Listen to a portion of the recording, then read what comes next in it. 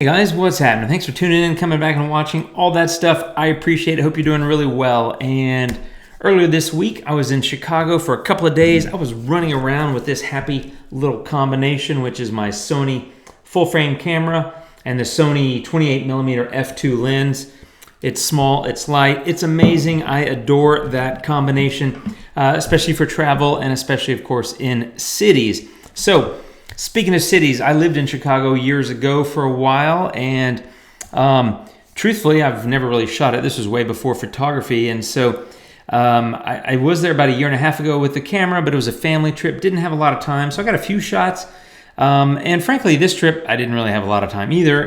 It was a business trip, of course, and so I was tied up doing work things.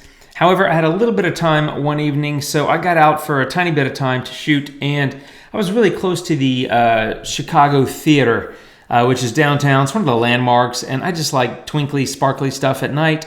When cities are, lights are lit up and all that stuff. And then, hey, guess what? I had some rain. I got rained on, and that actually accentuated the mood. So let me show you. Here's the photo, and by the way, I am in On1 Photo Raw, and I was here taking this photo, and I turned it in. Whoops, I can't see it. There we go. Here we go.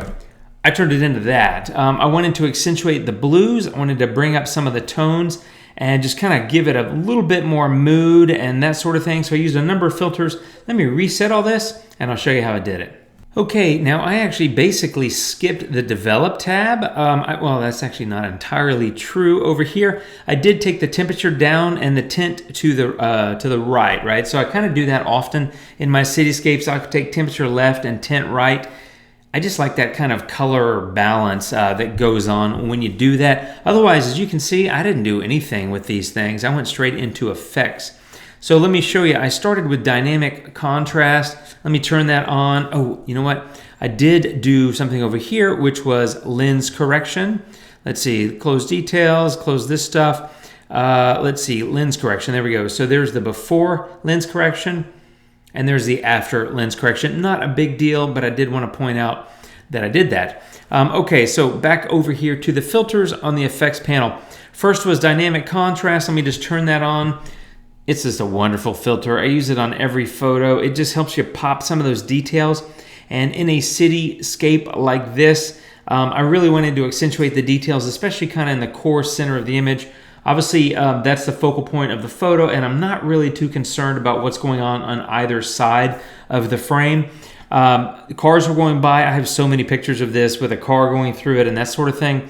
But I really was trying to get it with no cars, but I did want the people there just to, it makes you feel like it's not some post-apocalyptic scene if there are like live humans in it. So even me, that doesn't take a lot of portraits, I don't mind having a little people here and there in my cityscapes. So I should point out, I also did crop the photo. So you can see I did that. That was a 16:9, and I straightened it, and that got me to this. And then next thing was the sunshine filter, something I've used on a number of photos. And at this point in my edit, I clicked on glow. So let me show you. It does warm up the photo, right? It gives it a nice bit of warmth. There's the before, and there's the after. It also, that glow, I really like the glow on this one because, it is a bunch of lights during the darkness in the night and with the rain. I don't know, it just seemed like that there was too much visibility into like certain parts of the photo, and I felt like the sunshine it gave it some warmth, and it also gave it a little bit of that mood with the glow, which I thought kind of looked nice.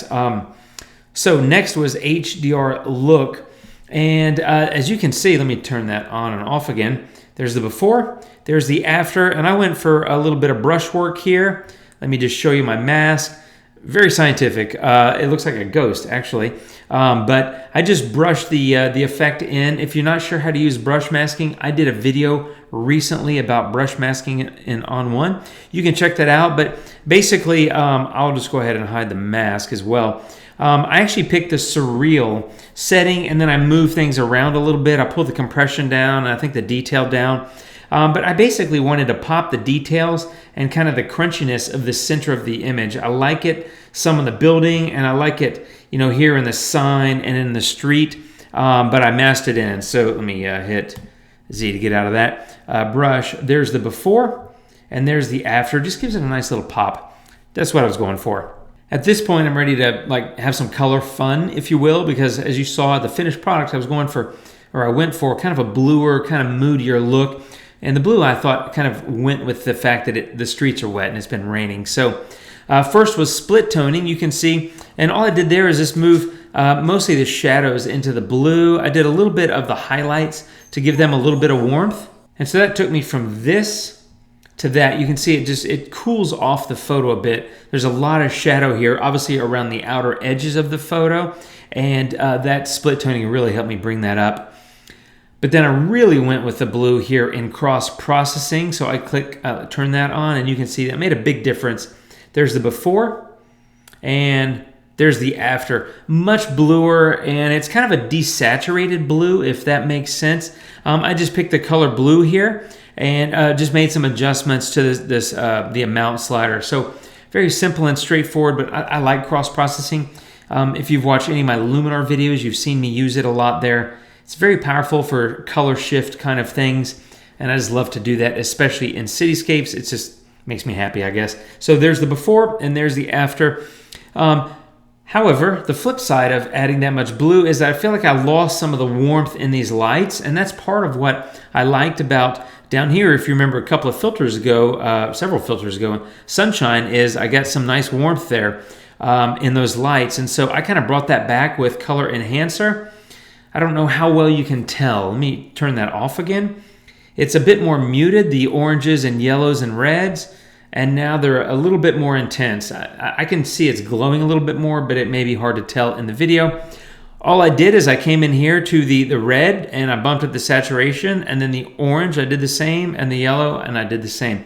And so, beauty of color enhancers, you can just do those kind of things. Pick those specific color channels, if you will, and make adjustments. So I felt like that got my light kind of where I wanted it, and then I just wrapped it up with a vignette, and I just used Big Softy with a couple of minor tweaks here and there, but a very subtle vignette. I did, however, go into the Retouch tool, which is over here, and that allows you to erase as well as clone and stamp and all that kind of stuff. And I did a bit of that on the sides here because there were some things up here in this upper left that were a little bit too bright, and some things in the upper right that were a little too bright. So let me show you the before and the after. You can't really even tell that they were there, but there were like lights in the windows and things that were just kind of bugging me, visually sort of messed with the image. And I really wanted to capture kind of that darker frame with the kind of the beacon of light that's kind of warm in a bluer, cooler environment, like it's a beacon in a storm kind of thing. You know, oh, it's stormy and dark and blue or moody, and these lights are leading me to safety or whatever, right? So kind of making up a story here, but I think you get where I'm coming from. But that's my final photo. One more time. There's the before. Love it. I just love signs and things like that. Those kind of things just made me happy. And there's the after a bit of editing. And I'm loving On1. I'm going to keep doing more videos. Some of you have commented that you like these and are having fun watching them, so I'm going to keep doing more.